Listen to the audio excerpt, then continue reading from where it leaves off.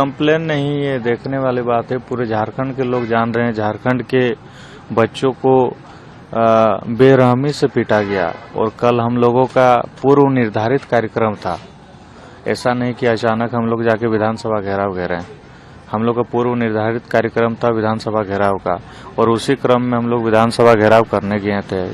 चूंकि मेरा तबीयत खराब था, हमको सदर में एडमिट थे, लेकिन उसके बावजूद थोड़ा जैसे ही हमको ठीक लगने लगा तो हम जो है कि उधर विधानसभा घेराव की ओर कूच किए। वहाँ जैसे ही हम लोग पहुँचे तो हम लोग देखें कि हमारे छात्रों के साथ बेरहमी से लाठी बरसाया जा रहा है, वाटर कैनन का उपयोग किया जा रहा है। इस प्रकार से हमारे साथ एकदम दुर्व्यवहार किया जा रहा था हमारे छात्रों के साथ। हमारे छात्र नेता देवेंद्र नाथ महतो के ऊपर भी दुर्व्यवहार किया गया। सरकार का इसमें जो असली चेहरा है वो साबित होता है, वो दिखता है। भले ही वो इतने दिनों से छात्र और नौजवानों को, यहाँ के लोगों को ठगने का काम किया, लेकिन कल ये साबित हो गया। पूरे झारखंड के लोगों ने उनका असलियत चेहरा को देख लिया। अब हम लोग पूरे झारखंड के बच्चे, पूरे झारखंड के लोग, अगला स्टेप हमारा बहुत बृहद आंदोलन होने जा रहा है। अब हम लोग शांति नहीं बैठेंगे, इस सरकार को उखाड़ के फेंकेंगे। चूंकि ये सरकार हम लोगों का मांग को मानने नहीं जा रही है। हम लोग शांतिपूर्ण तरीका से 17वां दिन तक आंदोलन किए, लेकिन सरकार ने अभी तक सूद लेने का काम नहीं किया, एक बार यहाँ पहुँचने का काम नहीं किया। चूंकि यहाँ से मात्र सीएम हाउस 3 किलोमीटर के डिस्टेंस में है।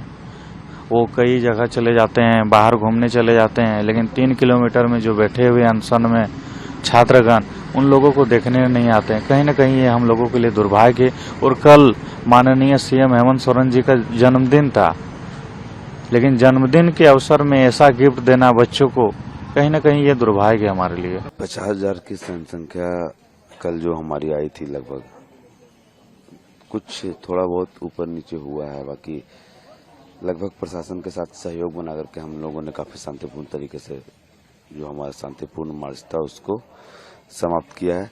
कुछ छिटपुट घटनाओं को छोड़ दिया जाए तो यह अपने आप में एक ऐतिहासिक मार्च था। 50,000 की जनसंख्या इतनी नियंत्रित तरीके से, इतनी सभ्य तरीके से हम लोगों ने वहां भी एक स्टैंडर्ड सेट किया है।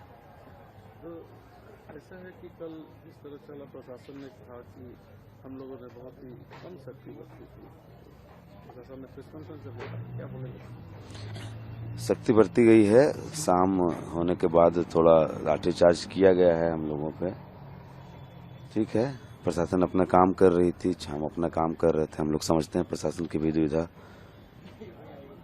ठीक है, होता है। प्लान ऑफ एक्शन क्या है? प्लान ऑफ एक्शन आंदोलन हमारा अभी यहाँ अनवरत जारी रहेगा।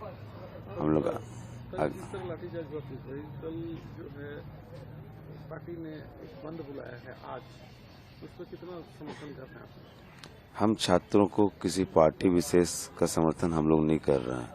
कोई अगर हमारे समर्थन में बंद बुला रहा है तो स्वागत है उसका, पर हम छात्रों का राजनीतिक या राजनीतिक दलों से कोई लेना देना है नहीं। वो स्वतंत्र है अपने फैसले के लिए, तो इस पे हम छात्रों को बहुत बोलना अधिक अच्छा नहीं होगा। आप लोग समर्थन कर रहे हैं? नहीं, हम बस अपनी मांग के समर्थन में खड़े हैं। हमारा बस एक ही एजेंडा है, हमारी मांगों को मनवाना। मेरा नाम प्रेम नायक है।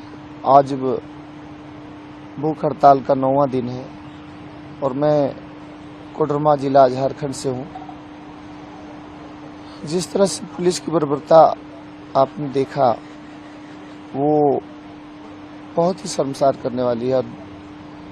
मतलब एक मानवता को शर्मसार करने, मतलब कि बच्चियों को जिस तरह से दुड़ाया गया, मारा गया, कपड़े फाड़े गए और जिस तरह से उनके साथ सैल्यूट किया गया, जबकि बच्चों ने कभी आज तक कभी नहीं, ना तो गाली का प्रयोग किया, ना पत्थर फेंके, ना कोई ऐसा चीज की। हाँ, कल ब्रैकेटिंग जो टूटे हैं, वो ब्रैकेटिंग को इसलिए तोड़ा गया क्योंकि इनको जहाँ तक जाना था वो जाना ही था, तो वो तोड़ना पड़ा। वो ऐसे प्यार से बैठ के नहीं, वो तो तोड़े, चलिए वो ठीक है।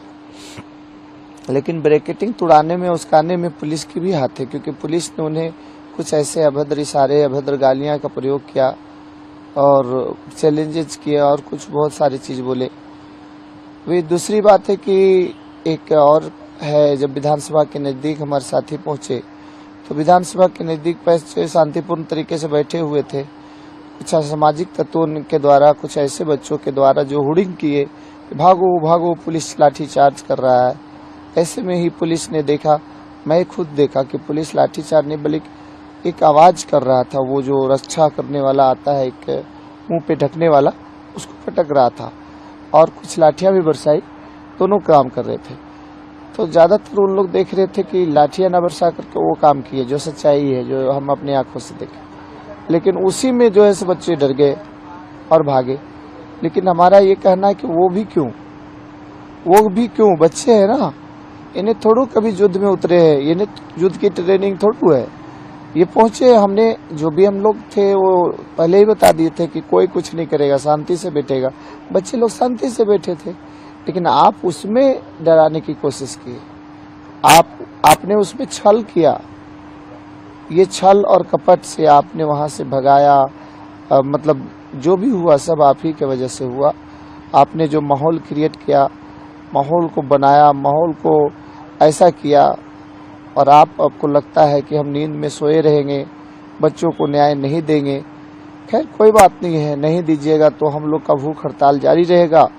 और भी संख्या में भूख हड़ताल पर बैठने जा रहे हैं। साथ ही साथ आपको जानकारी दे कि कुछ साथियों ने कहा कि हो सकता है आपको उठा के जेल ले जाया जाए, तो जेल में भी भूख हड़ताल जारी रहेगा। आखिर अगर प्रेम नायक को भूख हड़ताल से आप हटाने का कोशिश करेंगे या उठा करके जेल ले जाएंगे, तो जेल में भी भूख हड़ताल जारी रखेंगे। और ऐसे आप तंग करेंगे तो हमारी जो अगली लड़ाई है, मैं आपको बताना चाहता हूं कि सारे लोग आपके माध्यम से पूरे देश जाने कि नौजवानों में एक चीज आ गई है कि अगर सरकार नहीं मानी तो पूरे जिलों में, सभी जिलों में जेल भरो आंदोलन की तैयारी करने वाले हैं हम लोग।